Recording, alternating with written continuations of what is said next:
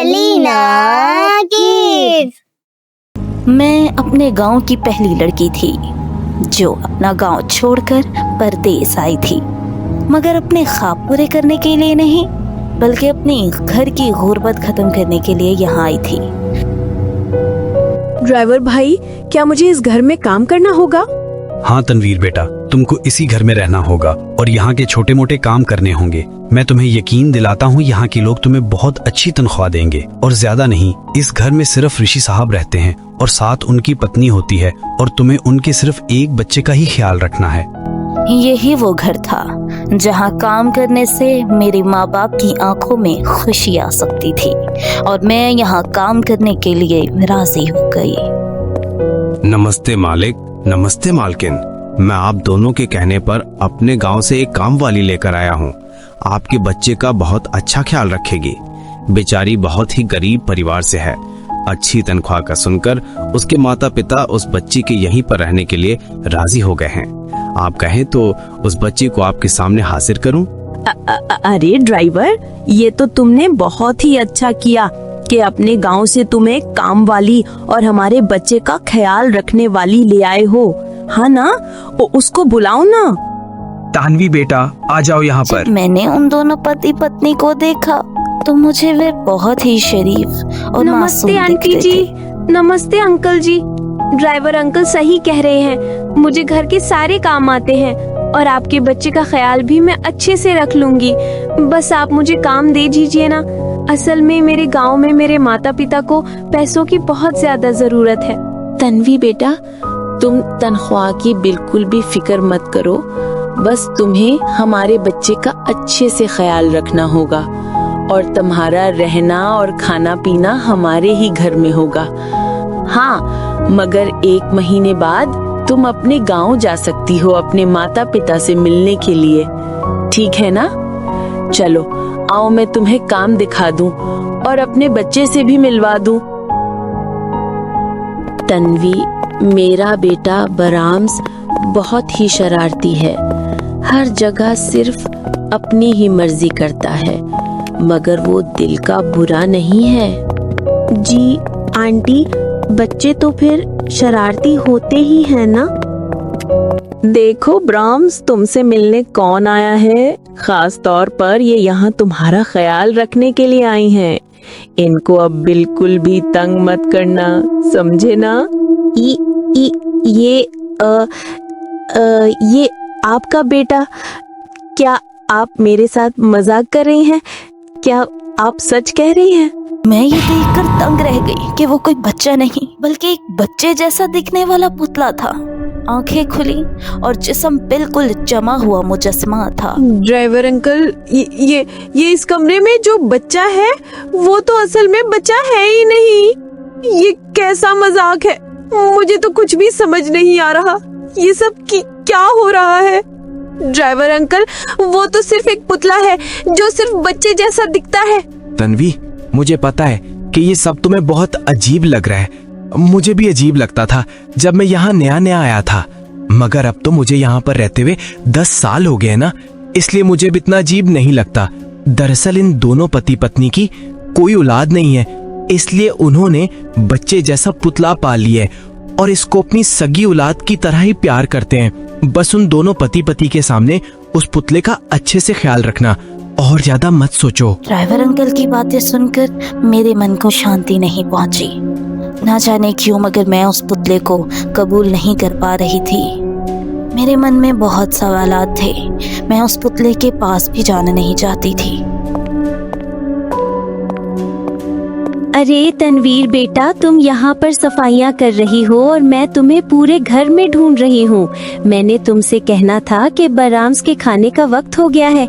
जाओ और उसके लिए अच्छे से तड़के वाले चावल चढ़ा दो और याद रखना मसाला कम रखना, वरना वो खाना ही नहीं खाता। बहुत नखरे करता है खाना खाने में। जी आंटी, मैं अभी पका देती हूँ। अपने दिलो दिमाग में बहुत से सवालात लिए उसके लिए खाना पकाने जा रही थी। ये कैसी अजीब बात है, मैं एक पुतले के लिए खाना बनाऊं? मुझे लगता है मैं यहाँ पर रहते रहते पागल ही हो जाऊंगी। पर क्या करूं, आंटी मुझे देख रही हैं, खाना तो बनाना ही पड़ेगा। मुझे मालूम था कि वो कोई बच्चा नहीं बल्कि पुतला है।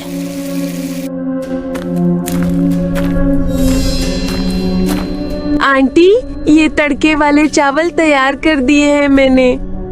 चलो, ये तो बहुत अच्छा किया तुम खाना बना लाई। अब मुझे मेरी शाम की दवा लेनी है।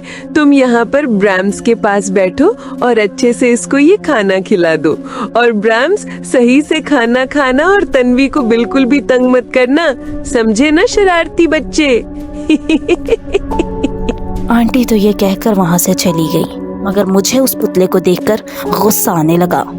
ये पुतला क्या है? वाकई में खाना खाएगा? ये अंकल आंटी तो पागल हो गए, पुतले को पाल रहे हैं। मैं तो इस पुतले के पास नहीं बैठ रही, मैं तो जा रही हूँ।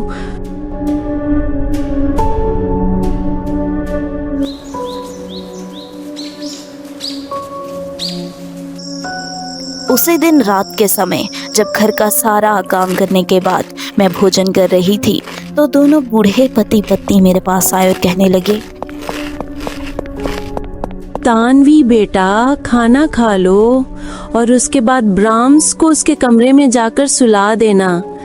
दरअसल मैं और तुम्हारे अंकल किसी काम के सिलसिले में जा रहे हैं। तुम फिक्र मत करो, हम सुबह होते ही वापस लौट आएंगे।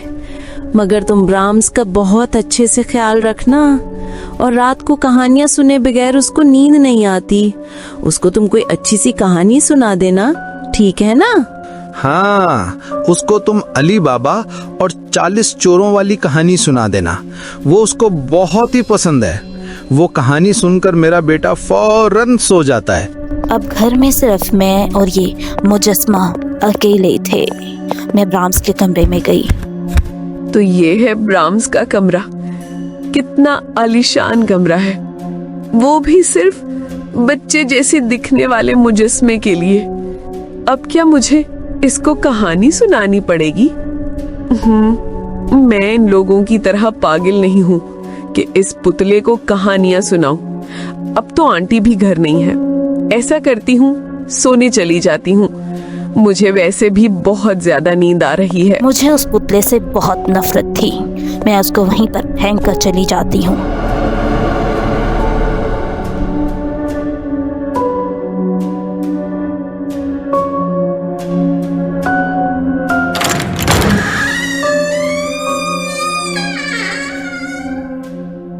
वैसे इस घर में कितनी अजीब अजीब आवाजें आती हैं। अगर मेरे घर में पैसों की मजबूरी ना होती तो मैं यहाँ से फौरन चली जाती। मैं उन आवाजों को नजरअंदाज करके दोबारा से सोने की कोशिश करती हूँ और आंखें बंद करते ही मुझे आवाज आती है, मुझे कहानी कौन नहीं सुनाई? मुझे कहानी सुनाओ, तुम ऐसे नहीं सो सकती। कौन है यहाँ? कौन बोल रहा है? कौन है यहाँ पर? कोई बोलता क्यों नहीं है? आवाजें सुनकर तो जैसे मेरे हलक से आवाज ही नहीं निकल रही थी। गला खुश्क, दिल में खौफ और आंखों में आंसू थे। वो रात बहुत मुश्किल से कटती है। अगले दिन सुबह होते ही मैं देखती हूँ कि वो पुतला जिसे सब ब्राम्स कहते हैं, वो मेरी पास वाली मेज पर पड़ा है।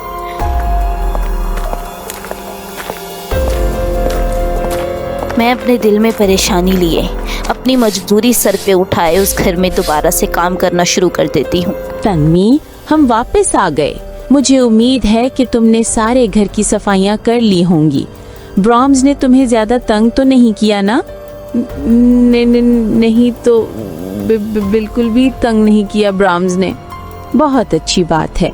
चलो मैं जरा ब्राम्स से मिल लूं।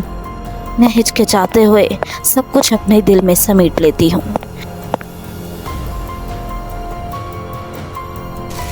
मैं दोबारा से दोपहर का खाना सबके लिए तैयार करती हूँ और वहाँ पर मुझे आंटी कहती, तेनली, मैं तुमसे बहुत ही मुतमईन हूँ। जब से तुम आई हो मेरे कंधे का तो सारा बोझ ही उतर गया है, और ब्राम्स भी तुम्हारे आने से बहुत ही खुश है। और बेटा, अगर अब मैं और तुम्हारे अंकल इस दुनिया से चले भी जाएं, तो तुम मुझसे वादा करो कि तुम ब्राम्स का बहुत ख्याल रखोगी और मेरे बेटे को कभी भी तन्हा नहीं छोड़ोगी। ठीक है आंटी, मैं इस घर का ख्याल रखूंगी। और यूं मैं दोनों बूढ़े माता पिता से ब्राह्म्स का ख्याल रखने के लिए वादा कर लेती हूँ। हम दोनों अपनी जिंदगी का मकसद हासिल कर चुके और सारी जिंदगी एक साथ गुजारने के बाद, अपनी सारी उम्र गुजर जाने के बाद, ये आखिरी दिन भी एक साथ ही अपनी जान कुदरत को सौंपेंगे। हमारे बच्चे का ख्याल रखने वाली भी हमें मिल गई है और अब अपने सारे काम इस दुनिया में ख़त्म करने के बाद एक साथ ही अपनी मौत चाहते हैं।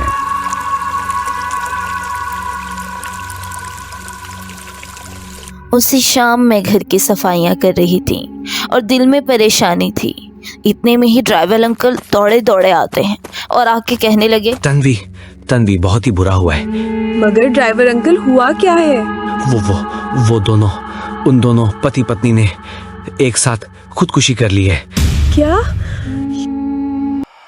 ये तो बहुत ही बुरा हुआ ड्राइवर अंकल। वैसे अब मैं यहाँ रहकर करूँगी भी क्या? वैसे भी अब मुझे इस घर से खौफ आने लगा है।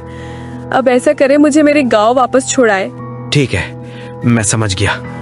तुम यहाँ से जाना चाहती हो, तुम अपना सारा सामान बांध लो, मैं गाड़ी ले आता हूँ। हाँ, मगर मुझे गाड़ी थोड़ी दूर से लानी है, मैं अभी वहाँ से गाड़ी ले आता हूँ। ड्राइवर अंकल गाड़ी लेने के लिए चले जाते हैं।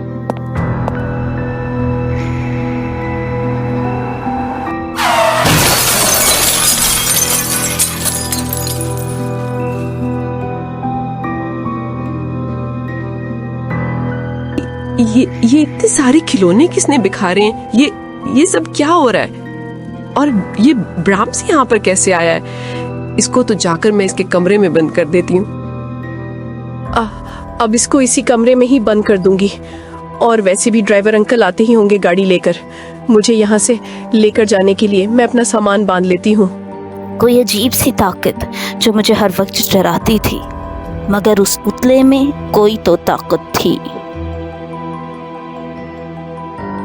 मैं तो तैयार हो चुकी हूँ और सामान भी बांध लिया है, पर ड्राइवर अंकल अभी तक क्यों नहीं आए? इतनी देर हो गई है उनको, अब तक तो आ जाना चाहिए था। एक काम करती हूँ, मैं खुद ही कोई टैक्सी लेकर गांव चली जाती हूँ। और इतने में ही लाइट चली जाती है। अरे नहीं, ये लाइट कहाँ चली गई? इसको भी अभी जाना था मुझे। इतने अंधेरे में तो कुछ भी नहीं दिख रहा, मगर घर से बाहर तो जाना ही पड़ेगा ना। इतने अंधेरे में मुझे कुछ दिखाई नहीं देता। अरे नहीं, ये दरवाजा अचानक खुद ही बंद कैसे हो गया है? खुदाया, मुझे तो बहुत ही डर लगा। क्या करूं अब? इस घर से बाहर कैसे निकलूं? कोई तो रास्ता होगा। और दरवाजा खुद ही बंद हो जाता है। मुझे याद है कि यहाँ तहखाने में भी एक रास्ता है जो घर से बाहर की तरफ जाता है। मैं अभी इसी रास्ते से जाती हूँ। तुम कौन हो? तुम्हारे खुदा का वास्ता है, मुझे जाने दो। इस दरवाजे को खोल दो और मुझे जाने दो। मैंने कुछ नहीं किया, मुझे प्लीज तुमने वादा किया था कि तुम कभी भी मुझे छोड़कर नहीं जाओगी और तुम अपना वादा तोड़ रही हो। मैं तुम्हें ऐसा कभी भी नहीं करने दूंगा। मैंने देखा कि ब्राह्म्स एक खून आलूद आदमी की गोद में बैठा है। मैं वहां से दौड़ी, बहुत तेज दौड़ी। वो खून से भरा हुआ आदमी कभी भी यहाँ आ सकता है और वो तो मुझे भी मार डालेगा। मगर मैं घर से बाहर कैसे जाऊं? क्या करूं? उसने तो घर के सारे दरवाजे भी बंद कर दिए। हाय खुदाया, मेरी रक्षा कर। दरवाजा खोलो, तुमने वादा किया था तुम मुझे कभी छोड़कर नहीं जाओगी, और अगर तुम नहीं खोलोगी तो कोई बात नहीं, मैं खुद ही अंदर आ जाऊंगा, मक्कार लड़की। अरे नहीं, वो आ गया है। क्या करूं मैं? हाँ, ये इस खिड़की से बाहर भाग जाती हूँ।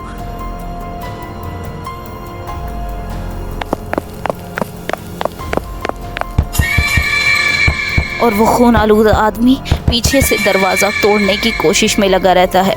इतने में वो दरवाज़ा तोड़ के बाहर आ जाता। मैं वहाँ से हमेशा के लिए भाग जाती हूँ। और यूं मुझे एक नई जिंदगी मिलती है।